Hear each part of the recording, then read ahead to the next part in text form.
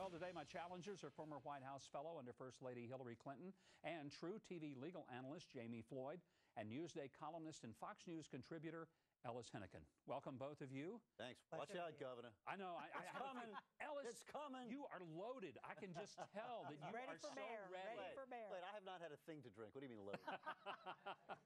Go, Ellis. Listen, go ahead. You have got to admit, we're all supporters of Israel. We don't agree with Helen Thomas. But you've got to admit I'm glad you don't. That this raid has been a PR and an international disaster for our beloved Israel. It was a stupid idea in the first place, don't you agree? And they ought to back away from it now. As well. Look, if somebody were bringing a ship into New York Harbor and we didn't know what was on board that ship and the Coast Guard said, stop, we want to inspect it, and our Coast Guard officers got on board that ship and they were met with clubs and steel pipes and knives, and the Coast Guard defended themselves, there's not an American in this country that would say we did wrong. Protect us. Israel has a right to blockade in the same way John F. Kennedy put a blockade in Cuba in 1962. Don't we all in the international community have to take a step back after this incident, or some would say massacre, and think about our larger responsibility for what happened here?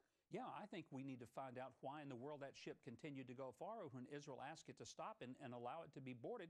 Look, here's what they found. They found axes, knives, night vision goggles. I'm not sure that a night vision goggle is a part of a humanitarian effort unless they're hunting for Governor, food at night. I'm sure that the Israeli army, and you admit this, has way enough weapons to handle a few little night vision goggles. This was a humanitarian trip. There was a Nobel Peace Prize winner on board.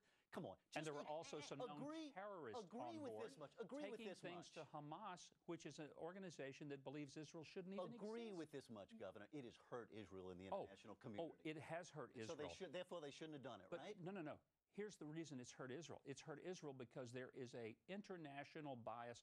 Immediately when this incident happened, the world came out and condemned Israel. Nobody even waited until we watched the videotape and we got full explanation. I'm with the Israelis on this one wholeheartedly. We've got to move on to the other topic. We're going to talk, let's see. Oh, let's talk about the Joe Sestak Romanoff controversy. Let's do it. All right. Let's do it. Yep. Is there a president in any administration, this one, the last one, or going all the way back to the beginning, who doesn't look for friends and allies to be a part of the administration? No job was officially offered and no laws were broken. You know, I don't fault the president for getting involved in politics. A lot of people do. That's what politicians do. And you're right. There's no administration that hasn't engaged itself in that.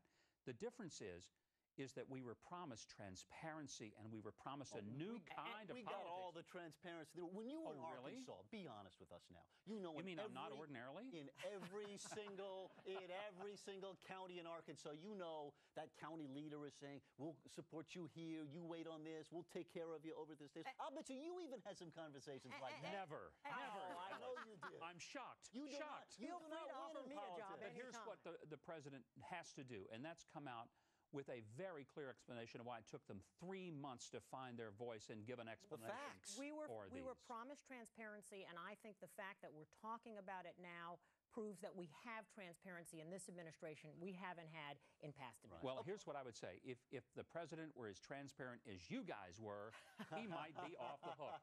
And we're out of time. I hope we'll see you guys again. Thank you, Jami. Ellis, it's good to have you both. Good to see you, bud.